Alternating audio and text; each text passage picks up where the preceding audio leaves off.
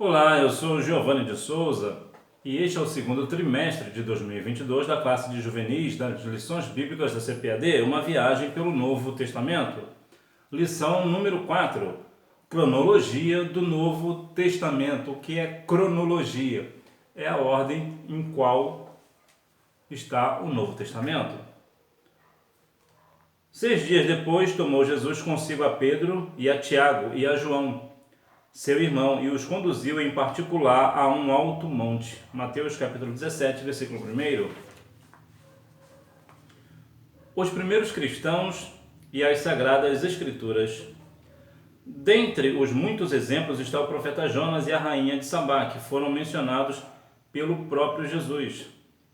Em Mateus 23:35, Jesus também citou as mortes de Abel e Zacarias, além de muitos outros momentos em que o mestre explicou ou fez menção à lei de Deus. Qual foi o primeiro livro do Novo Testamento? De modo geral, existem duas questões para se dizer, né? É aceito que foi Tiago, como aqui a lição nos sugere. Entretanto, há um outro segmento que diz que pode ter sido Gálatas ou 1 Tessalonicenses. Muitas pessoas querem de qualquer maneira tirar a essência da lei de Deus, querem dizer que a lei, que a Bíblia não é a palavra de Deus, que é isso ou que é aquilo. Haja vista que alguns, até ditos como pastores, dizem que até mesmo Jó nunca existiu, que foi só um conto, foi só uma história que a Bíblia trouxe, só para se ter uma ideia. E isso, pessoas evangélicas, né? Às vezes até líderes, né? Pastores, dizem estas coisas. E por que isso? Porque muitas das vezes, nós, por exemplo, hoje temos um Novo Testamento. Entretanto, anteriormente só existia o Antigo Testamento. E muitas das vezes, apesar que o Antigo Testamento testifica de Jó, você pode ver isso em Ezequiel capítulo 14, versículos 14 e o 20, vai mencionar o Jó. Então veja que as pessoas aceitam que Ezequiel foi um homem de Deus, inclusive é um profeta que não é chamado pelo nome, né? É chamado de filho do homem, mas não aceita que Jó tenha sido de fato um personagem bíblico. Ora, o próprio Ezequiel testifica de Jó. Então veja que há uma incongruência no meio evangélico, no meio cristão. Eu digo isso porque infelizmente no mundo lá fora terá mesmo, né? Mas infelizmente está acontecendo entre nós pessoas que estão querendo desmerecer a palavra, dizer, por exemplo, que Jó nunca existiu, ou tantas outras coisas. Então veja que o próprio Cristo, ele testificou das leis, né? Ou da lei de Deus, né? Seria mais viável, mais correto dizer da lei. E isso serve para nós. Se Jesus testificou da lei, por que nós iremos duvidar desta lei? Por que nós não queremos nos adequar a esta lei, que é a lei de Deus? O Senhor não é o nosso pastor? Ele sendo o nosso Senhor, nós não devemos honrar a Ele com a nossa obediência e a nossa fidelidade a Ele? Então, por que agora vamos colocar a dúvida sobre a palavra de Deus? Então veja que sim, o Novo Testamento é a palavra de Deus e ele completa o Antigo Testamento. A compilação do Novo Testamento. A validação dos livros como canônicos passou pelo testemunho dos próprios apóstolos, entre outras citações, o apóstolo Pedro, por exemplo, chamou as cartas escritas por Paulo de escrituras, reforçando a legitimidade da inspiração divina em tais escritos. Em outra ocasião, Mateus e Lucas foram citados pelo apóstolo Paulo como escritura. Então veja que os próprios discípulos testificaram da palavra do Senhor. E por que mais uma vez vou insistir, por que tantas vezes as pessoas não querem compreender, não querem viajar pelo esse Novo Testamento, não querem ver que de fato Jesus é o Cristo, o Filho do Deus vivo. Ele testificou da lei, que a lei fala sobre Deus, que a lei foi dada por Deus, inclusive, mais uma vez é bom lembrar, que é a única parte da Bíblia que não foi escrita pelo homem, né? O próprio Deus escreveu os 10 mandamentos. Então veja que Jesus aqui testificou de alguns, inclusive de Jonas. Jesus também falou sobre Jonas. Então veja que quantas evidências temos que de fato o Novo Testamento complementa o Antigo Testamento. Não é que o Novo Testamento anula o Antigo Testamento. Ele complementa.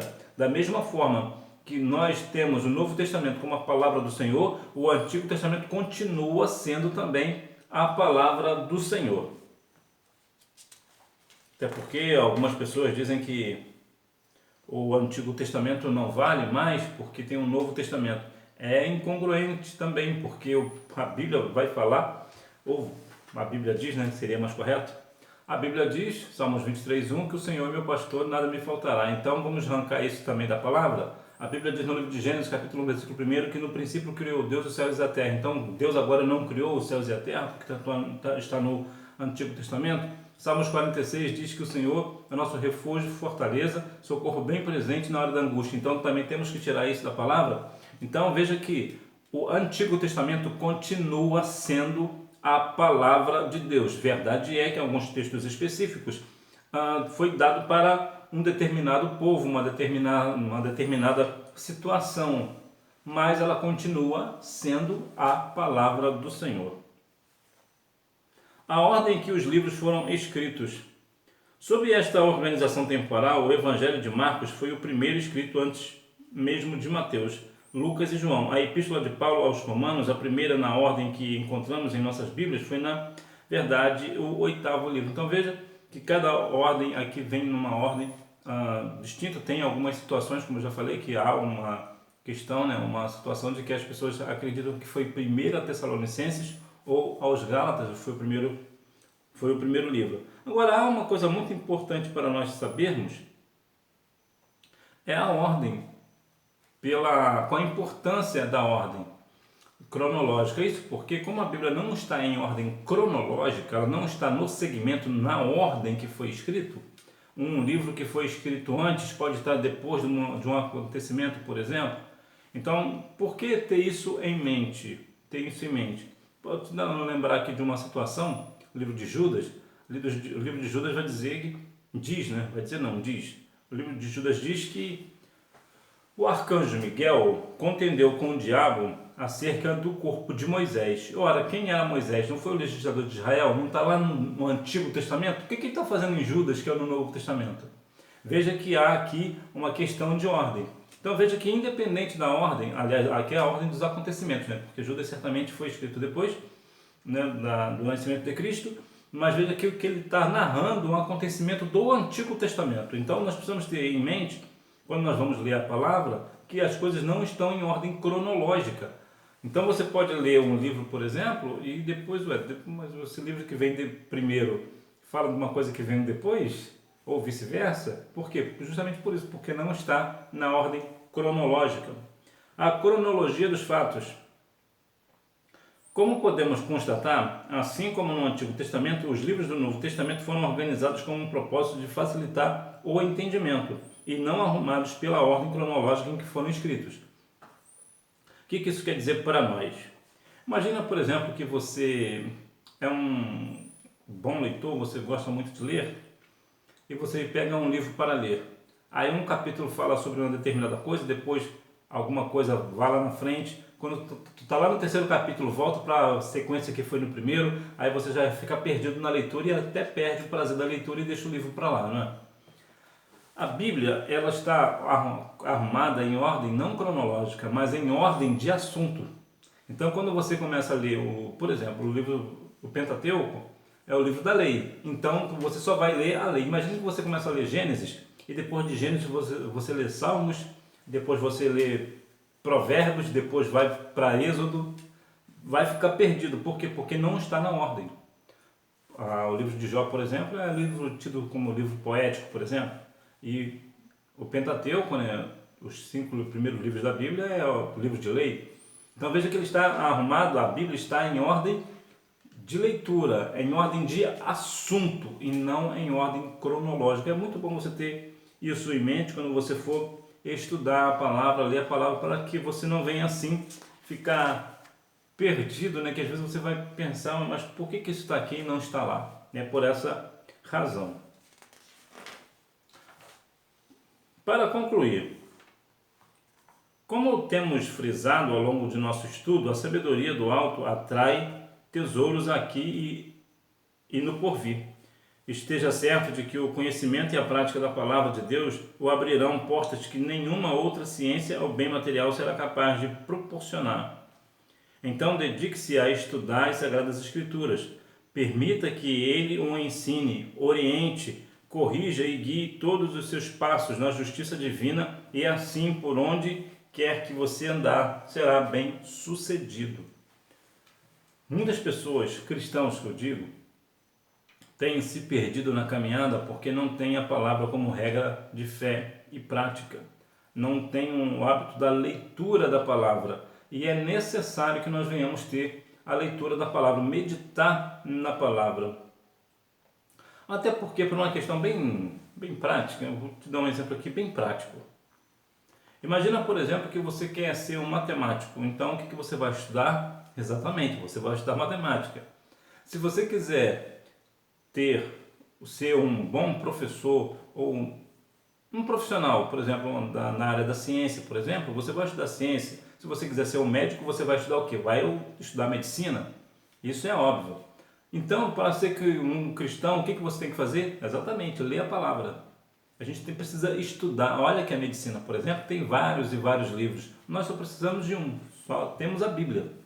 Então, o que acontece? Na verdade, a Bíblia é uma coleção de pequenos livros, né? Só para você ter uma ideia, se você quiser ler toda a Bíblia, você vai ler em 72 horas e 40 minutos. É claro que você não vai ler toda a vida, né? Você não vai conseguir ficar 3 dias acordado, vai? Não vai. Então veja que você consegue com 72 horas e 40 ler toda a palavra. Então você vê que não é algo necessariamente cansativo. Dá para fazer. Você consegue ler, por exemplo, a Bíblia numa semana, se você quiser.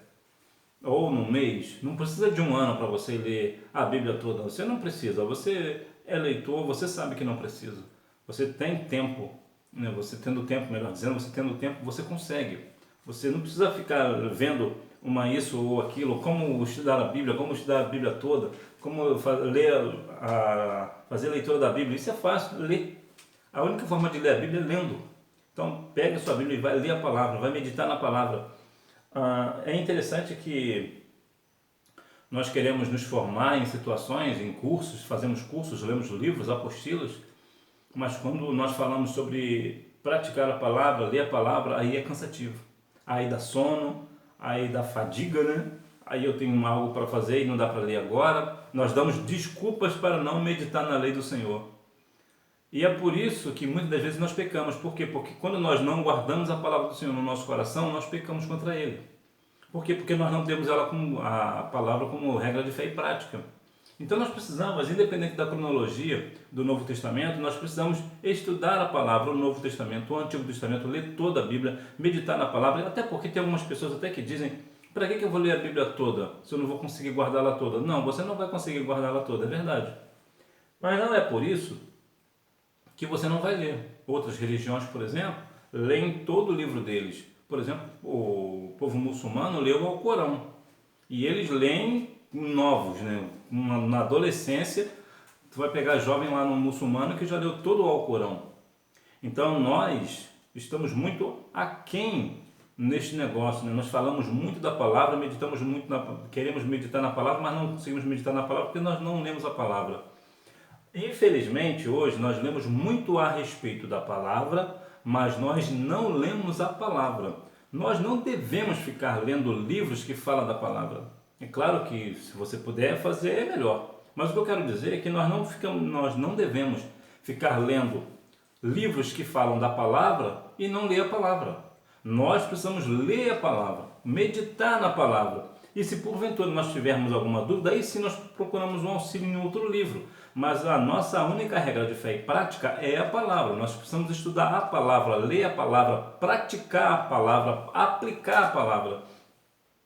Então nós devemos justamente por isso. E por que isso? Porque a palavra de Deus é ela que vai nos instruir acerca do que nós temos que fazer. É a palavra de Deus que tem as promessas, né? Tem a promessa de vida eterna. É na palavra de Deus que nós vamos nos orientar acerca do que temos que fazer, como honrar a Deus.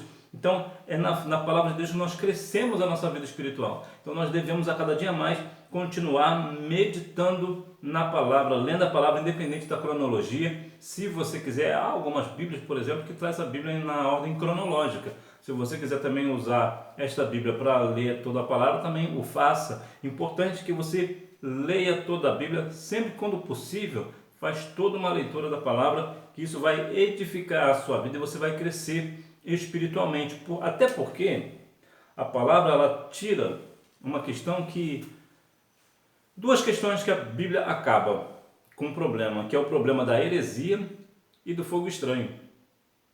O conhecimento, ele apaga o fogo estranho. Então, muitas das vezes as pessoas estão com fogo estranho e não tem discernimento porque não lê a palavra. E essa questão de heresia, por que tanta gente está indo por heresias? Porque não tem conhecimento da palavra. Uma outra coisa que a Bíblia também joga por terra é as questões das doutrinas de demônios. E por que muitas igrejas estão tendo doutrinas de demônios? Porque não leem a palavra, não praticam a palavra. Você vê que muitas das vezes, principalmente os juvenis, né? Estão novos, tem tempo de mensagem instantânea, redes sociais, mas fala da palavra, já coçam a orelha e querem sair, né? Então veja que você precisa, como juvenil da casa do Senhor, você precisa ter instrução na palavra. Talvez você, por alguma razão, não gosta muito de ler, ler aqui no sentido geral, você não gosta de ler nada, algumas pessoas assim, você mesmo assim, você precisa fazer uma forcinha e ler alguma coisinha. Você lê um pouquinho hoje, um pouquinho amanhã, e assim você vai crescendo espiritualmente. Aí que você pensa, mas eu não tenho entendimento da palavra, eu não entendo da palavra. Bom, nesse caso, se você não tem entendimento da palavra, peça a Deus sabedoria que o Senhor Deus vai te dar e não vai te lançar em rosto. Então, está com dúvida na palavra? Ore ao Senhor que Deus vai te esclarecer a palavra. Agora, é importante que nós venhamos ter sempre uma prática da palavra. Hora da revisão. Número 1. Os livros do Antigo Testamento. Número 2. As mortes de Abel e Zacarias. Número 3. Em 397 d.C., no terceiro concílio de Cartago. Número 4, Tiago. Número 5, o anúncio do nascimento de João Batista feito pelo anjo Gabriel a Zacarias e a gravidez de Isabel. Então que nós venhamos sempre praticar a palavra, ter a palavra como a lei de Deus, ficar atento às questões da palavra, sempre meditar na palavra, né? Independente da cronologia do Novo Testamento, nós precisamos ouvir e ler sempre a palavra, para que nós venhamos assim ter uma vida firme diante do Senhor, estar firmados na rocha pela palavra. A Bíblia diz que a fé vem pelo ouvir e ouvir pela palavra. Então que nós venhamos a cada dia mais, a Bíblia diz também que a palavra do Senhor ela é a verdade, João 17:17, né? É isso mesmo? Vamos ver se é isso mesmo. João capítulo 17, versículo 17. Nos diz assim a palavra: santifica-os na verdade, a tua palavra é a verdade. Então veja que esta é a palavra do Senhor, nós precisamos firmar na verdade. Por isso que muitas igrejas hoje estão vivendo uma vida de mentira, porque não estão firmados na palavra do Senhor, que é a verdade. Então não se deixe enganar, firme a sua fé na palavra. Procure a palavra, busque a palavra, se oriente pela palavra, porque o Deus da palavra vai te dar a palavra e assim você será uma pessoa abençoada na presença do Senhor. Que Deus em Cristo continue abençoando a sua vida, que você tenha uma boa aula, não deixe de ir à Escola Bíblica Dominical, até porque quem faz a escola é o aluno. Tchau!